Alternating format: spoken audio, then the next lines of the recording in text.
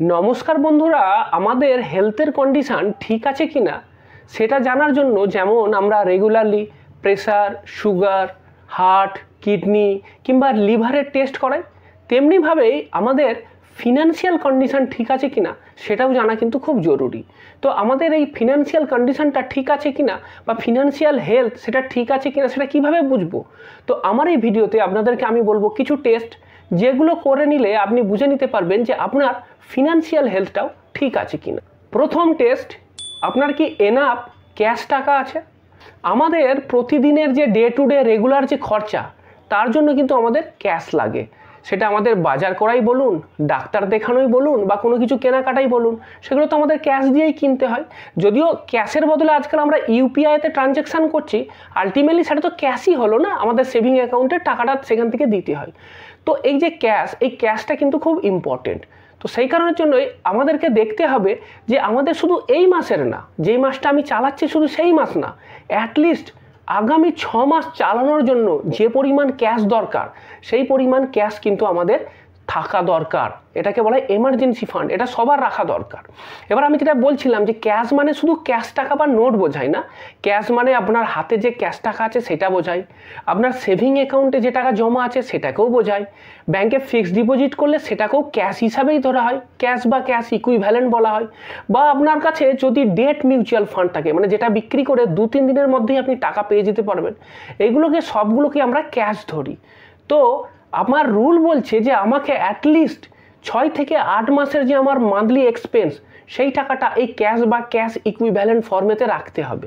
Example হিসাবে বলি, ধরুন আপনার প্রতি মাসে যদি 20,000 টাকা খরচা হয়, তাহলে আপনার অ্যাটলিস্ট 1.5 থেকে 2 লাখ টাকা আপনার এই লিকুইড ক্যাশ বা ক্যাশ ইকুইভ্যালেন্ট জায়গাতে সেভ করে রাখতে হবে। এটা খুব দরকার, কারণ কেউ বলতে পারে না, মনে করুন আপনার যদি কোনো কারণে জব চলে যায়, তাহলে আগামী 6 থেকে 8 মাসের যে খরচা সেই টাকাটা যেন আপনি এইখান থেকেই জোগাড় করে ফেলতে পারেন। 2 নম্বর যে টেস্ট সেটা হলো যে আপনি কি এনাফ টাকা সেভ করতে পেরেছেন। দেখুন, আমরা টাকা ইনকাম করছি, খরচাও করছি, কিন্তু তার সাথে সাথে আমাদের টাকা তো সেভও করতে হবে না, কারণ ভবিষ্যতের যে প্ল্যানিংগুলো আছে, সেটা বাড়ি কেনাই বলুন, গাড়ি কেনাই বলুন বা ছেলে মেয়েদের লেখাপড়াই বলুন, সেই সব বড় খরচাগুলো তো আছে, তো তার জন্য তো আমাদের টাকা সেভ করতে হবে। তো আমরা কি সেই এনাফ টাকা সেভ করতে পেরেছি? এবার আপনি বলবেন যে কত টাকা সেভ করব বা কত টাকা আমার সেভ হওয়া উচিত এতদিন পর্যন্ত, সেটা তো ডিপেন্ড করছে যে আপনি কীরকম ইনকাম করছেন তার উপরেতে। কেউ যদি মাসে 1 লাখ টাকা ইনকাম করে, সে যতটা সেভ করতে পারবে, যে মাসে 10,000 টাকা ইনকাম করে সে তো অতটা সেভ করতে পারবে না। কিন্তু আপনার আয় অনুযায়ী এবং আপনার বয়স অনুযায়ী আপনার কত সেভ হওয়া উচিত সেটা তো আমি বলতে পারি। তো তার ফর্মুলাটা হচ্ছে এটাই, যে যদি আপনার বয়স 30 বছর হয়, তাহলে অ্যাটলিস্ট আপনার 1 বছরের যে ইনকাম তত টাকা সেভ করা দরকার। যদি আপনার বয়স 40 বছর হয়, তাহলে আপনার 1 বছরের এখন যা ইনকাম তার 3 গুণ আপনার এতদিন সেভ হয়ে যাওয়া উচিত। আপনার বয়স যদি 50 বছর হয়, তাহলে আপনার অ্যানুয়াল ইনকামের 6 গুণ সেভ হয়ে যাওয়ার কথা। আপনার বয়স যদি 60 বছর হয়, তাহলে অ্যাটলিস্ট আপনার অ্যানুয়াল ইনকামের 8 গুণ হয়ে যাওয়া উচিত।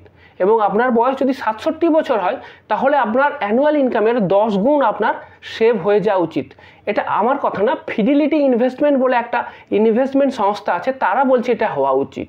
মনে করুন এবার রাহুলের বয়স 40 বছর এবং তার বছরে আয় 6 লাখ টাকা, তাহলে যেহেতু রাহুলের বয়স 40 এবং তার আয় 6 লাখ, তাহলে রাহুলের ক্ষেত্রে তার 3 গুণ হওয়া উচিত, ফর্মুলা তাই বলছে। তাহলে 3×6=18, মানে অ্যাটলিস্ট 18 লাখ টাকা তার সেভ হয়ে যাওয়া উচিত। এইবার যদি আপনার কম হয়, তাহলে কিন্তু আপনাকে ভাবতে হবে এবং আপনাকে কিন্তু আপনার খরচা কমিয়ে ওই সেভিংয়ের পরিমাণটা বাড়াতে হবে। 3 নম্বর যে চেকলিস্ট সেটা হলো, আপনি কি আপনার ক্ষমতার অতিরিক্ত লোন নিয়ে ফেলেছেন? এটাও কিন্তু চেক করতে হবে, কারণ বর্তমান সময়তে কি হচ্ছে, আমরা কিন্তু সব কিছুই লোনেতে নিয়ে ফেলছি। ক্রেডিট কার্ডে কিনছি, ইএমআইয়ে কিনছি, তারপর আমার যে ইনকাম সেই ইনকাম থেকে সেই লোনগুলো শোধ করছি। কিন্তু আমাদের দেখা উচিত যে আমি যতটা লোন নিচ্ছি সেটা এক্সেসিভ হয়ে যাচ্ছে না, তো সেটা আমি কি করে বুঝবো? তো এই যে রুল, এই রুলটা বলছে যে আপনার টোটাল যে ধার বা লোন, সেই লোনটা আপনার টোটাল যে অ্যাসেট আছে তার 50%-এর বেশি হওয়া উচিত নয়। মানে ধরে রাখুন যদি আপনার টোটাল অ্যাসেট 10 লাখ টাকা হয়, তাহলে আপনার লোন কখনোই 5 লাখের বেশি হওয়া উচিত নয়। মানে এটা বলা যেতে পারে ঘুরিয়ে যে আপনার অ্যাসেট দিয়ে আপনার যে লোন আছে সেটাকে তো শোধ করতেই পারবেন, প্লাস তারপরেও 50% টাকা থেকে যাবে। এখানে লোন বলতে কি বোঝায়? এখানে লোন বলতে সব ধরনের loan, car loan, home loan, personal loan, credit card loan, এইগুলো বোঝাচ্ছে। আর অ্যাসেট বলতে কোনটা বোঝাচ্ছে? অ্যাসেট বলতে আপনার ইনভেস্টমেন্ট বোঝাচ্ছে। যেমন ধরুন আপনার ক্যাশ, কার, হাউস, জুয়েলারি, প্রপার্টি, এগুলো সব মিলিয়ে হচ্ছে আপনার অ্যাসেট। এর পরের যে চেকলিস্ট সেটা হচ্ছে আপনি যে ইএমআইটা দেন সেই ইএমআইটা অনার করতে পারবেন তো। মানে আমরা তো অনেক জায়গাতে লোন নিয়ে ফেলছি এবং সব জায়গাতে ইএমআই চলছে।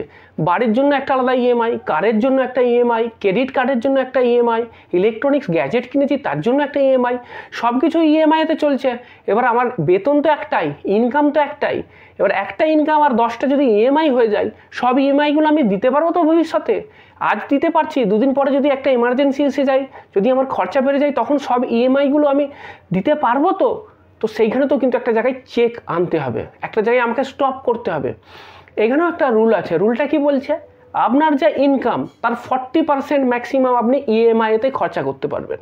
মানে ধরে রাখুন আপনি যদি 40,000 টাকা ইনকাম করেন, তাহলে আপনার 16,000 টাকা ইএমআইতে খরচা হওয়া উচিত, তার বেশি নয়। তার থেকে যদি বেশি হয়ে যায় তাহলে কিন্তু আপনার ফিনান্সিয়াল লাইফ, বিশেষ করে ক্যাশ ফ্লো যেটা, সেটা কিন্তু গড়বড় হয়ে যাবে। তো সেই কারণের জন্যই যদি দেখেন যে আপনার এখন যে সব ইএমআই চলছে সেটা অলরেডি 40% বা তার উপরে চলে গেছে, তাহলে আর নতুন করে লোন নিয়ে বা ইএমআই নিয়ে কিছু না কেনাই ভালো। তার থেকে বেটার অপশান হচ্ছে যে আগের যেগুলো এখনও লোন চলছে বা যেটা ইএমআই চলছে, দু একটা আগে শোধ করে দিন। সেটা শোধ করে দেওয়ার পর নতুন কিছু কেনার কথা ভাবুন। কিন্তু এর থেকে বেশি যদি করতে যান তাহলে কিন্তু আপনি সব কিছু ম্যানেজ করতে পারবেন না, ইএমআই ডিফল্ট হয়ে যাওয়ার কিন্তু বিরাট সম্ভাবনা থাকবে। এর পরের যে পয়েন্ট সেটা খুব গুরুত্বপূর্ণ বর্তমান সময়ে, সেটা হচ্ছে যে আপনি ইনফ্লেশনের এগেনস্টে প্রোটেকশান নিয়েছেন তো। দেখুন, ইনফ্লেশন এমন একটা জিনিস যেটা আপনি চান বা না চান কখনোই এড়াতে পারবেন না। ইনফ্লেশন চলে আসছে এবং আগামী দিনেও চলবে। আর আমাদের মতো উন্নয়নশীল দেশেতে ইনফ্লেশন 6 থেকে 7%-এর মধ্যে থাকবেই থাকবে। তো প্রতি বছর বছর আপনার যে কোনো জিনিস, যে কোনো খরচাই 6 থেকে 6.5% হারে বাড়বে। এবং সেইটার সংস্থান করতে হবে কীভাবে? আপনার যে টাকা জমা আছে সেই জমা টাকাটাকে এমন জায়গায় ইনভেস্ট করতে হবে যেটা কিনা ইনফ্লেশনের থেকেও বেশি রিটার্ন দিতে পারে। তো সেই কারণের জন্যই আমাদেরকে যে অ্যাসেট বা যে জায়গাতে আমি ইনভেস্ট করছি সেটা কিন্তু খুব ভাবনা চিন্তা করে করতে হবে। একদম সেফ এবং সিকিওর জায়গাতে ইনভেস্ট করাটাও খুব একটা বুদ্ধিমানের কাজ নয়। আমি একদম রিস্ক নেব না, টাকা ডুবে গেলে কি হবে? আরে আপনি একদম রিস্ক নেবেন না ঠিক আছে, কিন্তু এই ইনফ্লেশনের রিস্কটা অ্যাভয়েড করবেন কি করে? সেই কারণের জন্য আমাদের একটা পোর্টফোলিও তৈরি করতে হবে। টাকাটা কোথায় কতটা ইনভেস্ট করব তার একটা পোর্টফোলিও নিতে হবে। এবং সেই পোর্টফোলিওটা কীভাবে তৈরি হয় জানেন? খুব সায়েন্টিফিক ওয়েতে এজের উপর ডিপেন্ড করে হয়। যাদের বয়স কম তাদের রিস্ক নেওয়ার ক্ষমতা বেশি, কারণ এখনও অনেক দিন বাকি আছে ইনকাম করার। দু একটা ঘা যদি খেয়েও যায়, দু একটা লস যদি হয়েও যায়, কিছু ব্যাপার না, সেটা মেকআপ হয়ে যাবে। কিন্তু আবার যার বয়স বেশি, যিনি রিটায়ারমেন্টের এজে আছেন, তার ক্ষেত্রে হয়তো সেই ঘা যেটা খেলেন সেটা রিকভার করা মুশকিল। তো সেই কারণের জন্যই এর একটা খুব সুন্দর রুল আছে যেটাকে বলা হয় 100 - এজ রুল। মানে আপনি কতটা সেফ জায়গাতে ইনভেস্ট করবেন, কতটা ইকুইটির মতো high return but risky investment করবেন, তারও এই রুলটা এটাই বলছে। এখানে বলছে যে আপনার যেটা বয়স সেই পার্সেন্টেজ আপনি ডেট প্রোডাক্ট, মানে একদম ফিক্সড সেফ সিকিউর জায়গায় ইনভেস্ট করুন। আর 100 থেকে বাকিটা বাদ দিলে যেটা থাকে সেটা ইকুইটি প্রোডাক্ট, যেমন ধরুন মিউচুয়াল ফান্ড, স্টক, এইসব জায়গাতেই ইনভেস্ট করুন। তো এইভাবে ইনভেস্ট করলে কি হবে? আপনি যে ইনফ্লেশনটা আছে সেই ইনফ্লেশনটাকে বিট করতে পারবেন। তো এটা আপনাকে চেক করে দেখতে হবে যে আপনার যে অ্যাসেট যেটা আছে সেটা কোথায় কতটা ইনভেস্ট আছে। যদি মনে হয় যে ডেটে এক্সেসিভ ইনভেস্ট হয়ে গেছে তাহলে ইকুইটিতে আসতে হবে। আবার যদি মনে হয় ইকুইটিতে বেশি হয়ে গেছে তাহলে ডেটে আসতে হবে। একটা ব্যালেন্স পোর্টফোলিও আপনাকে মেনটেন করতে হবে। এরপরে শেষের যে দুটো পয়েন্ট, সেই দুটো পয়েন্টের কথা আমি অনেক ভিডিওতে অনেকবার বলেছি, আর আলাদা করে ডিসকাস করছি না। একটা হচ্ছে আপনাকে হেলথ ইন্স্যুরেন্স নিতে হবে, খুব জরুরি, কারণ হেলথ কস্ট বেড়েই চলেছে। একটা বড় অসুখ হলে আপনার সমস্ত টাকা চলে যেতে পারে, সেই কারণের জন্য সাফিসিয়েন্ট হেলথ ইন্স্যুরেন্স নিয়ে রাখবেন। আর দ্বিতীয় হচ্ছে লাইফ ইন্স্যুরেন্স, সেটাও নেওয়া খুব জরুরি যদি আপনি পরিবারের একমাত্র উপার্জনক্ষম ব্যক্তি হন।